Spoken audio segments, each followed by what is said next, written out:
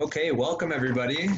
My name is Davis Mulholland with the Mulholland Ross Real Estate team, and thank you for joining us for another Thursday Real Talk with the MRG team.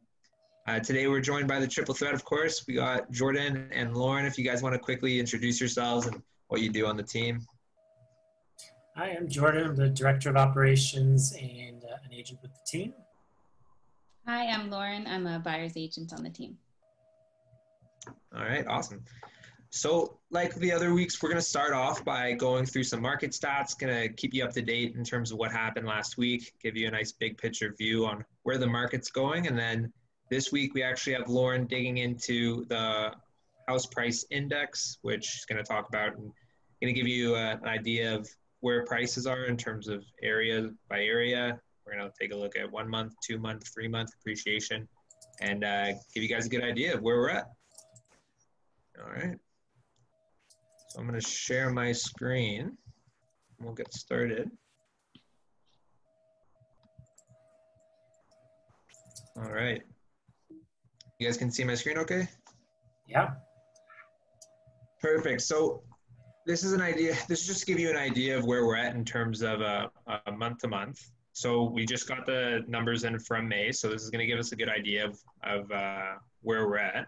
So to give you an idea right here, we can see comparing it to May 19th, yes, we're still about 53% down from number of total residential transactions. You could also see the total number of listings are down. Something that we do want to point out though, in terms of the March lows where we're at, where I think we saw a 75% drop in active listings and transactions, we're 48% up from the bottom. So we're moving in the right direction. We are moving upwards.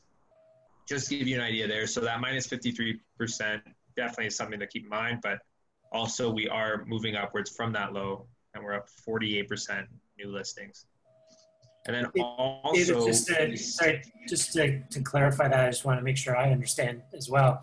The 53.7% is down May 2020 to May 2019 in terms of the new listings that have come out, the new transactions, but comparing May to April of this year, we're actually up 48%. So new listings and new transactions are moving upwards.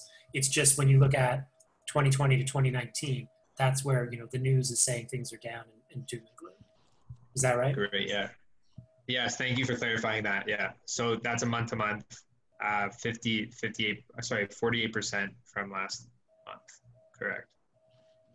Okay, and we can also just keep in mind that with that low inventory, there's still actually a lot of traffic and we're seeing that low inventory really keep these prices stable. So in this top right corner here, you can actually see that we're actually up 3% from May 2019.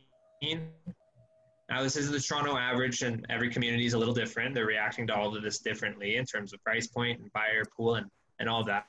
But it is something to keep in mind. This low inventory is really keeping these prices stable, which is a good thing to keep in mind. Okay. So to show you that buyer traffic that I was talking about with this low inventory, we're going to just take a look at GTA showings and offers, just to give you an idea. Okay, so this is GTA showings and offers. As you can see, these dips are the weekends, but we are moving upwards in terms of showings and offers as we move to June. And then to give you another idea, so here you are the last 30 days. So number of showings are up. You're seeing the buyer traffic, a lot of foot traffic through these homes, and there's very little on the market, right? So just to give you an idea of that increase with the market, inventories staying where it is, just to give you a better idea of the price stability, but also people are getting more comfortable with getting outside, going into these homes, and continuing the search, right? Because there was that pause. So a lot of those folks that were taking a break, we're seeing them out and about, really seriously considering homes today. And Davis, I think it's interesting to note too, if you look at the previous graph, the first one there that you were showing, if you scroll back up to that first graph, this one here, the 90 days. If you're looking like, when we dipped the end of March, obviously, everything dipped because the city shut down. But if you look at where we were before, the end of February, beginning of March, you can see the highs and lows. Where we're at this last week, because that's what these numbers show, the end of last week, though that high is kind of online now with the lows of the pre-pandemic, like the pre-shutdown. So it's interesting to note that we're getting more showings and more movement, but we're also kind of getting back into similar numbers in terms of amount of showings as we were before the city shut down. So that's definitely showing more confidence from both buyers and sellers that things are starting to pick up, right? Yeah, good point. Thanks for bringing that up. And it's, moving in the right direction. If this trend continues for the next few months, it'd be great. So this is just another view. I was just going to show you the week by week. Oh no, this is showing the April 20th. So like we already said, extremely, there's definitely a big increase in terms of showings and foot traffic through these homes. And then this is just showing you this week to last week. Okay. So in summary, foot traffic is up. There's still very scarce inventory so we're seeing that influence in home prices. And so that's great. I think it's interesting to note too, in terms of the foot traffic, that the way that showings are happening is definitely changed in terms of safety, right? You're seeing, all the brokerages now have disclosure forms and everyone needs to make sure that they've been safe and haven't been in contact with, someone who's been positive for COVID. Everyone's wearing masks and gloves and sanitizing. So the fact that we're starting to see this many more showings while all these new kind of restrictions, if you will, or safety practices are in place, that's definitely a good thing to see, I think.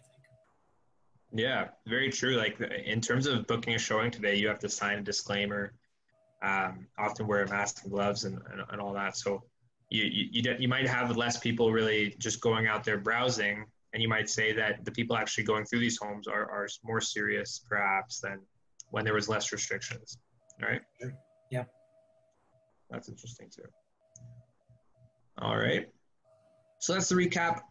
As always, if you guys have any questions in terms of what we're going through, or just have a general real estate question relating to what we're going through, feel free to drop it in our question box, our chat box.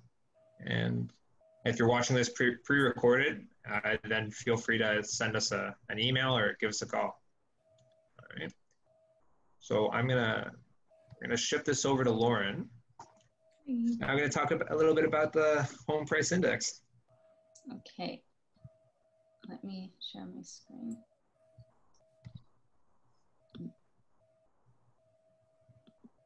Is that working? No, not yet. Oh, there you go. You can see your desktop. Hey, there it is. Okay. Sorry, guys. Okay, so other than Market Watch, which is where a lot of Davis just got his stats from, the Toronto Real Estate Board does provide another amazing tool called the Home Price Index. And it's definitely something that I use all the time when preparing information for buyers or sellers, because it does a really deep kind of dive into any specific area. What happens with the average sale prices is that they can really swing dramatically in response to sales volumes in a specific area. So for example, if in any given area, a ton of condos sell 1 month and then the next month there's a lot of high-end 2-story homes, then the average sale price can really kind of swing so much that it no longer makes sense when you're really trying to evaluate the property or an investment. So the average sales price can really get skewed. So what the home price index does is it overcomes that issue by measuring and comparing sale prices for benchmark properties, that's what they call it, whose features remain constant and unchanging and are really typical in any particular area. So this way we can track and gauge the ongoing changes in those values, giving more up-to-date information, and there's not so much swing in the prices. So we just really do a deep dive.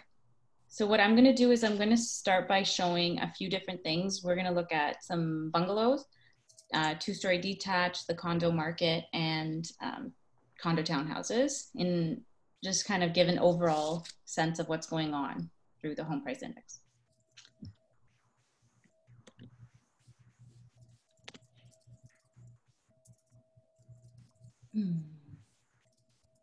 So they label it as 1-story detached, but really what's that's covering is bungalows, side splits, and even 1.5 stories.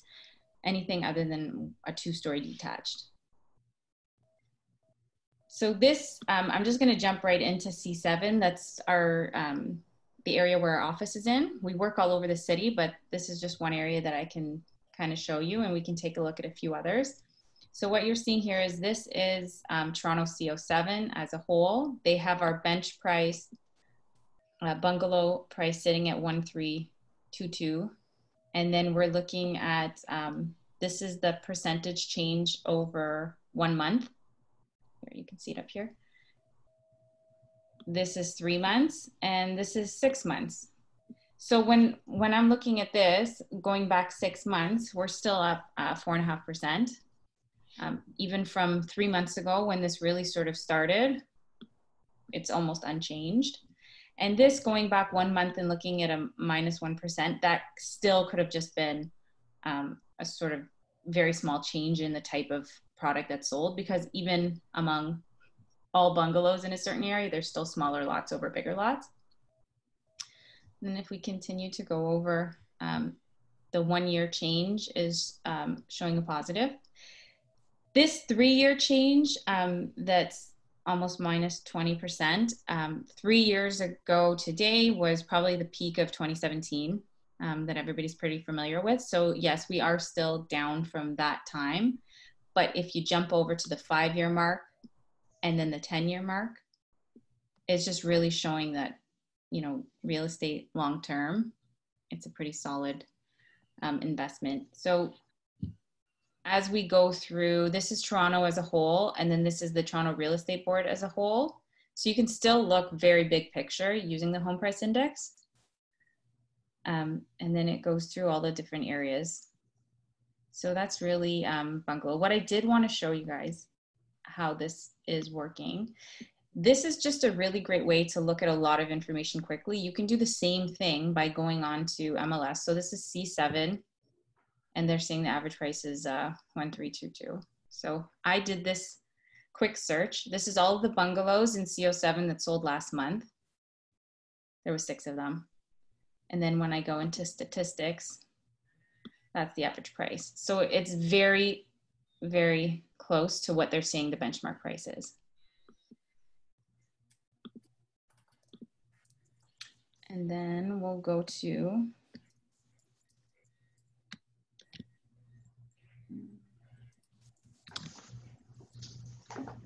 That's pretty incredible. So that's about 18% off of the 2017 high. Yeah. Yep, it is. Sorry.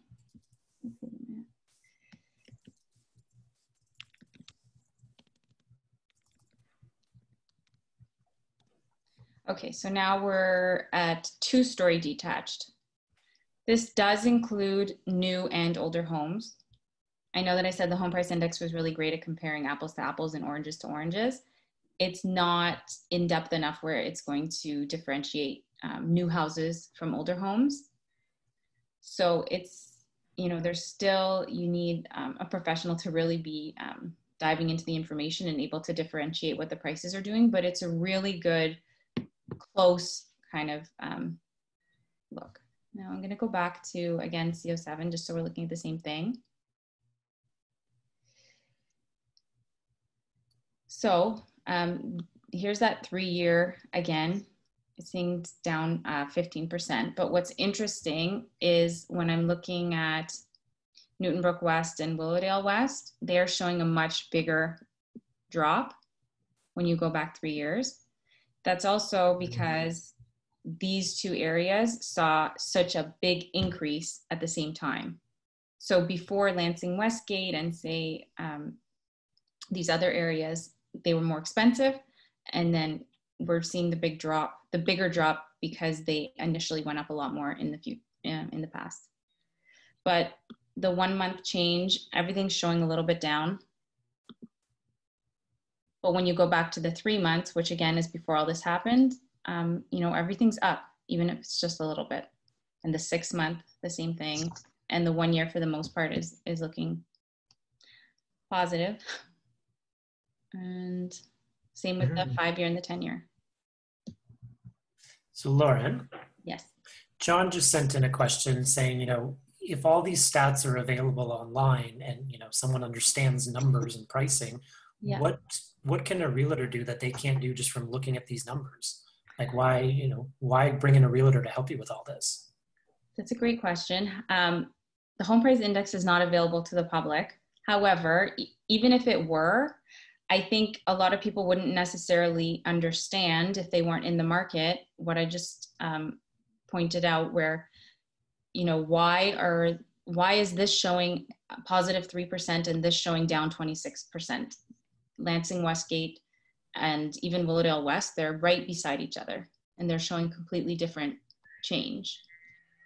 So maybe they don't know that 3 years ago there was a real boom in Willowdale West and a lot of people were buying lots, whereas the majority of the sales were already happening in Lansing Westgate. So that's why it's not showing such a big difference.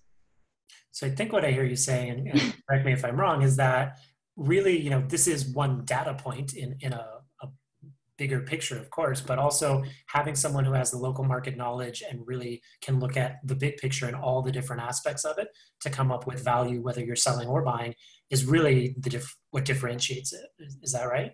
Absolutely. And I think anybody selling a property, they don't want to just be told, the numbers are down 15% from this date. They want more details. They want to know why. They want to know what that means. They want to know what that might look like for the future, what holding on might look like, what selling today might look like, what moving the investment they have to another type of investment might mean. Yeah.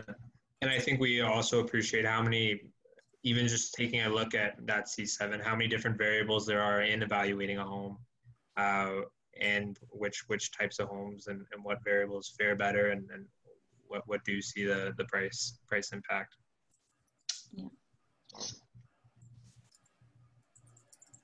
Also, the price that a home is ultimately listed at, which a lot of this data is helping us get to the point of where would we list the home to attract the most amount of people. Just the list price is a very small part of everything that goes into selling a home or buying a home. There's so many other things that need to be sorted out, thought about, negotiated, gotten ready. So I think although this is really important, John's right. A lot of information is out there. It's what do you do with it? Yeah, good point. We can check quickly into condos if people are interested. Yeah, I'd be interested to see what the really quick. What the 1 month is. So basically the takeaway too is obviously there isn't an incredible change. We're talking about percentage changes of 1 to 4%, but we are seeing in a downward market, we do see those detached 2-stories tend to feel maybe a little more of the downward pressure than your bungalows and your lots, maybe because of price point and demand. Yep, definitely. So for condos, I'm going to look more downtown than in the area right around us, although there is a condo market here too. So looking at the 1 month here, this is C1, so this is central downtown, and I'll flip to C8 in a second. For the most part, things look up, especially if you jump over to the 3 or 6 month mark. So anybody that was looking in November and December of last year to buy, which is not that long ago, could be looking at quite a different kind of price that they need to jump into. 10% annual growth in 1 year. That's incredible. Yeah, well, look at this 3 year. So, the 3 years that we really saw affect the prices for detached homes when we're looking at, so this is December 2017, look at how much it's grown since then. Yeah, no, very true. So their peak was certainly not then. We're still peaking now. Hmm. Yeah, that's a good point.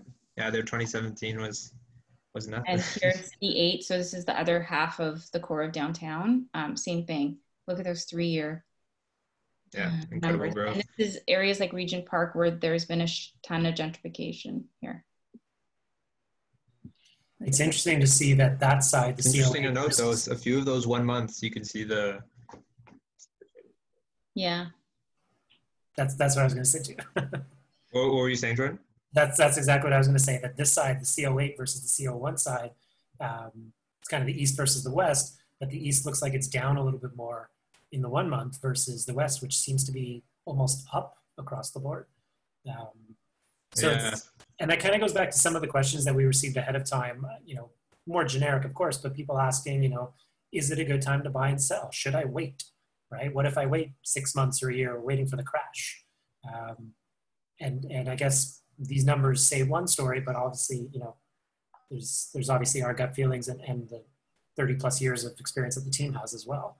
I mean, Lauren, what does your gut kind of tell you in terms of should you buy or sell now? I think it depends on what your motivation is. A lot of the people we talk to, they have a great reason to move. So to hold off because you're trying to time the market, I would say, don't do it. Make your move now. If your motivation is that you want to retire in 3 years and you have time, then again, if there's not an opportunity that you want to move on right now, then it might be okay to wait, because we don't have a crystal ball. And I know we say that all the time, but we don't know what's going to happen. Mm-hmm. But if you're renting right now and your plan is to purchase a home at some point and there's no good reason for you to wait, then no, I wouldn't wait. If the right property comes up, something that you can work with and enjoy, then real estate, as we're looking at, is a long-term plan. So I don't know what holding off a year will do for you in 10 years from now. Yeah. And I know we bring this up every single week, or I love saying it, but you don't really know where the bottom is until you're on your way up. And so in terms of this market, it might not be the best market to do the 1 or 2 year or 3 year flip. There's risk in that, sure. But yeah, like you said, Lauren, in terms of the 5 year, 10 year, if you are buying for a long term, this might actually be an incredible time to buy in terms of the competition. And I know we've gone through before. I think that anybody that in 2017 didn't buy because they thought it was going to go down further, is definitely regretting it now, because although some areas haven't fully recovered, it's on that way up. So people miss the bottom there, and it's always going to happen. Also, we have to go back to the fact that, again, most of the time there's a reason people are moving. They want more space, or they need to change for another area. So I wouldn't hold off on your life trying to time the market, because in the 10 years I've been doing this, I don't know anybody that's won, necessarily from doing that. Totally. Well, especially now, the people have been kind of cooped up and home for the last 2.5, 3 months. People are noticing whether they live in a small place or a place that the layout doesn't work, or they don't have enough outdoor space, and they're starting to notice that. And it's like, okay, well, then it's time to make a move. Let's not wait. To kind of summarize what you guys were just saying in terms of trying to time the market and, trying to hit the bottom. I heard a quote once: it's not about timing the market, it's time in the market.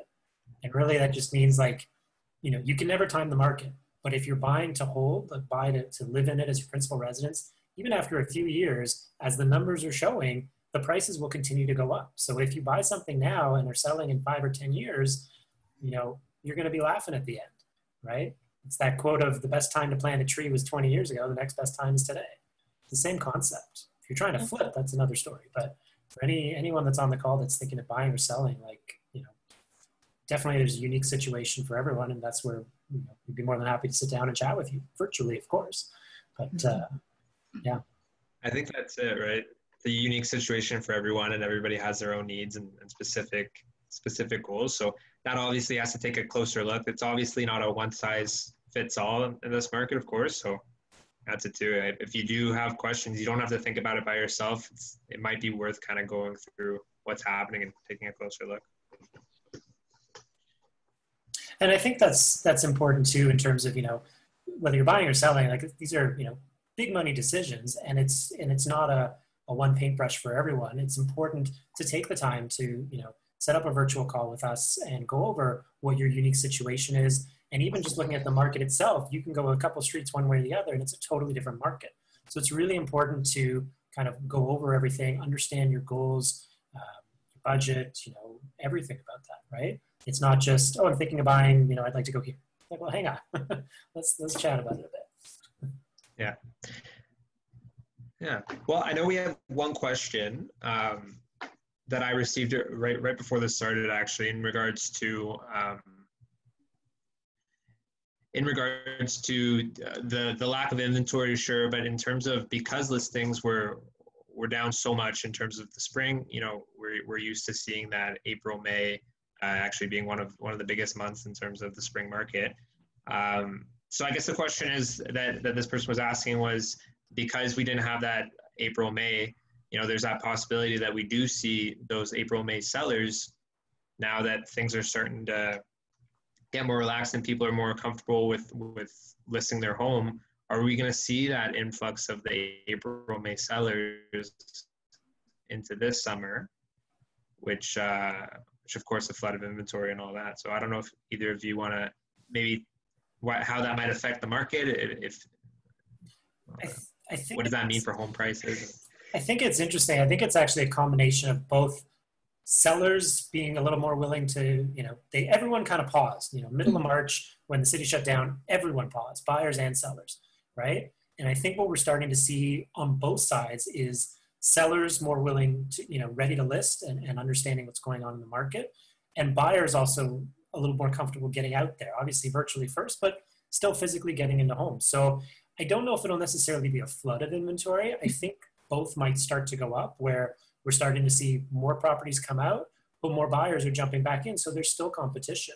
I know of a few properties, condos downtown in the West End just last week that had, 12, 15 offers come in on them. But then other areas of the city where it takes a little longer to sell. So it's a generic question, and it's not a one size fits all answer depending on where you are in the city. But I definitely think as a general, we're starting to see more activity. So more listings, but at the same time, more buyers coming in willing to move forward with offers, right? So I don't know if it's necessarily going to flood the market, let's say, and crash prices. Prices may continue to go down still with, these mortgage deferrals that are coming up and the end of the CERB subsidy payments. So potentially that could push some prices down. But on the flip side, if more buyers start coming out, that could push prices up. So it really depends on individual buyers and sellers, what their goals are, where it is, what their budget is, everything, right? There's so many markets within a market. I mean, Lauren, do you have any other thoughts on that besides what I just said? I was just thinking, before this happened, it seemed like things were really starting to pick up. There was a lot of momentum in the market. So when this paused, yes, everything went quiet. But prices seem to have, looking at the stats, stayed kind of where they were. So that was paused. And the big numbers that we're seeing in drops are the number of sales that are happening and the number of new listings that are coming, and the days on market are all going up. But I think that as things start to loosen up, that the buyers that were on hold, that were excited and driving up the market, they're most likely going to come back. And the people that were going to list are going to come back. So it might be a slower kind of start back, but yeah. I think it's this, we mentioned this also, but this wasn't caused by just a financial reason. Like, it was a unique situation that caused the changes in the market.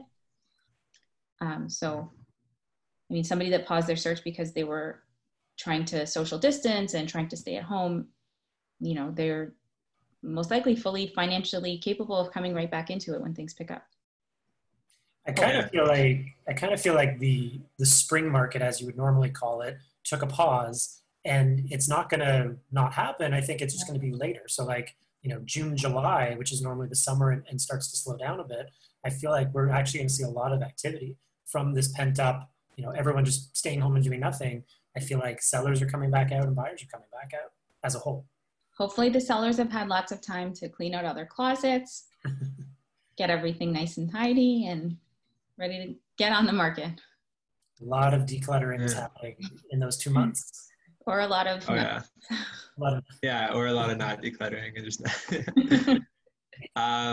such a good point. And I think a lot of sellers I know that we've spoken with really put the pause on for safety concerns, right? It's nothing to do with anything else, but they just didn't feel comfortable with having people through their home, which made so much sense, right?